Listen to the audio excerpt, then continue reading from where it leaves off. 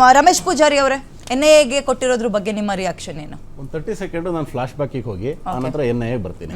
ಇವತ್ತು ಪೊಳಲಿ ಅನ್ನುವಂಥ ಅವರು ದಕ್ಷಿಣ ಕನ್ನಡದಲ್ಲಿ ಕರಾವಳಿ ಭಾಗದಲ್ಲಿ ಒಂದು ಮೊದಲ ಹಿಂದುತ್ವಕ್ಕಾಗಿ ಬಲಿದಾನ ಅಂತ ಹೇಳ್ಬೋದು. ಅವರ ಒಂದು ಇದು ಬಲಿದಾನದ ದಿವಸ. ಅದರಿಂದಾಗಿ ಅವರಿಗೆ ಒಂದು ಪೊಳಲಿ ಅನ್ನುವಂಥವರ ಬಲಿದಾನ ಅಮರ್ ರಹೆ ಅಂತ ಹೇಳ್ತಾ, ಹಿಂದಿನ ನೀವು ಇದು ಹಿಂದೂ ಕಾರ್ಯಕರ್ತರ ಒಂದು ಬಲಿದಾನಗಳನ್ನು ಒಂದ್ಸಲ ನೋಡಿ.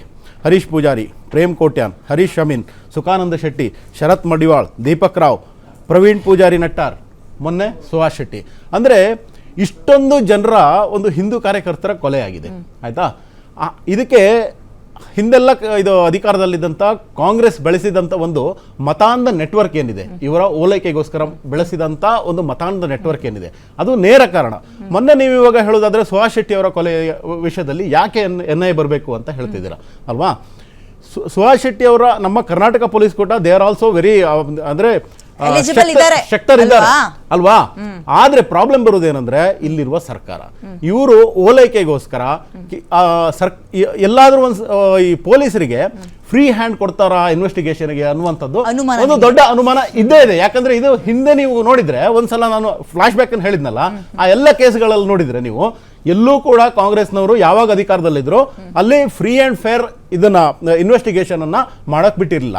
ಇವಾಗ ಮೊನ್ನೆ ಆದ ಸುಹಾಸ್ ಶೆಟ್ಟಿ ಕೇಸಲ್ಲೂ ನೀವು ನೋಡ್ಕೊಂಡ್ರೆ ಅಲ್ಲಿ ಇಬ್ರು ಮಹಿಳೆಯರು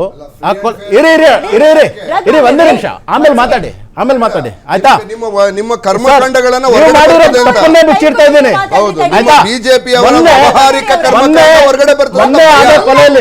ಅಲ್ಲಲ್ಲ, ಅವರಿಗೆ ಡಿಸ್ಟರ್ಬ್ ಆಗ್ತಿದೆ, ಅದಕ್ಕೆ ಡಿಸ್ಟರ್ಬ್ ಆಗ್ತಾ ಇದಾರೆ. ಆಯ್ತಾ? ಸತ್ಯ ಕೇಳುವಂತ ಒಂದು ಇದನ್ನ ಬೆಳೆಸ್ಕೊಳ್ಳಿ. ಮೊನ್ನೆ ಇದು ಸುಹಾಸ್ ಶೆಟ್ಟಿಯ ಒಂದು ಕೊಲೆಯ ವಿಷಯಕ್ಕೆ ಬರೋಣ. ಆ ದಿನ ಇಬ್ರು ಮಹಿಳೆಯರು ಅಲ್ಲಿ ಕೊಲೆಗಾರರನ್ನ ಸೇಫ್ ಮಾಡಿ ಕಳಿಸ್ತಾ ಇದ್ರು ಕಾರಲ್ಲಿ. ಅವ್ರು ಯಾರು? ಅವ್ರ ಮೇಲೆ ಕೇಸ್ ಆಗಿದ್ಯಾ? ಅವ್ರ ಮೇಲೆ ಕೇಸ್ ಆಗಿದೆಯಾ ಅಂತ ಕೇಳಿದ್ರೆ ಹಲವಾರು ದಕ್ಷಿಣ ಕನ್ನಡದಲ್ಲಿ ಫೇಸ್ಬುಕ್ ಅಲ್ಲಿ ಬರೆದ್ರು, ಯಾಕೆ ಅವ್ರನ್ನ ಬಿಟ್ರಿ, ಅವ್ರು ಯಾರು, ತನಿಖೆ ಆಗ್ಬೇಕು ಅಂತ ಹೇಳಿದ್ರೆ ಸರ್ಕಾರ ಅವ್ರನ್ನ ಹಿಡಿಯೋದ್ ಬಿಟ್ಟು ಯಾರು ಫೇಸ್ಬುಕ್ ಅಲ್ಲಿ ಬರೆದ್ರಲ್ಲ ಅವ್ರ ಮೇಲೆ ಕೇಸ್ ಹಾಕ್ತಾರೆ. ಅವ್ರ ಮೇಲೆ ಕೇಸ್ ಹಾಕಿ ಇವಾಗ ಕೋರ್ಟ್ ಇದಕ್ಕೆ ಅಲಿತಾ ಇದ್ದಾರೆ. ಇನ್ನೊಂದು ವಿಷಯ, ಇನ್ನು ಕೊಲೆ ಆಗಿ ಇನ್ನೇನು ತನಿಖೆನೇ ಆಗಿಲ್ಲ. ರಾತ್ರಿ ಕಾದರ್ ಅವ್ರು ಹೇಳ್ತಾರೆ ಈ ಕೇಸ್ಗೂ ಆದಿಲ್ ಮನೆಯವರಿಗೂ ಸಂಬಂಧನೇ ಇಲ್ಲ ಅಂತ ಹೇಳ್ತಾರೆ. ಅವ್ರಿಗೆ ಹೆಂಗ್ ಗೊತ್ತಾಯ್ತು? ಕ್ಲೀನ್ ಚಿಟ್ ಕೊಟ್ಬಿಟ್ಟು ನಾನು ಕಾಲ್ ಮಾಡಿ ಕೇಳಿದೀನಿ ಅಂತ ಹೇಳ್ತಾರೆ ಅಲ್ವಾ? Clean chit. ಹಾಗಾದ್ರೆ ಅಲ್ಲೊಂದು ಅನುಮಾನ ಬರಲ್ವಾ? ಅದಾದ ನಂತರ ನೋಡಿದ್ರೆ ಇದೇ ಸರ್ಕಾರದ ಪೊಲೀಸ್ ಆಫೀಸರ್ಸ್ ಅದೇ ಆದಿಲ್ ನನ್ನ ಒನ್ ಆಫ್ ದ ಇದು ಕಲ್ಪ್ರಿಟ್ ಅಂತ ಅರೆಸ್ಟ್ ಮಾಡ್ತಾರೆ. ಅದಾದ ನಂತರ ನೀವು ಫಂಡಿಂಗ್ ನೋಡಿದ್ರೆ ಮೊದಲು ಹೇಳ್ತಾರೆ ಅವ್ರಿಗೆ 25 ಲಕ್ಷ ಕೊಟ್ಟಿದ್ರಲ್ಲಿ 5 ಲಕ್ಷ ಆದಿಲ್ ಇದಕ್ಕೆ ಫಂಡ್ ಮಾಡಿದಾನೆ ಅಂತ ಹೇಳ್ತಾರೆ, ಬೇರೆ ಬೇರೆಯವರು ಫಂಡ್ ಮಾಡಿದ್ದಾರೆ ಅಂತ ಹೇಳ್ತಾರೆ.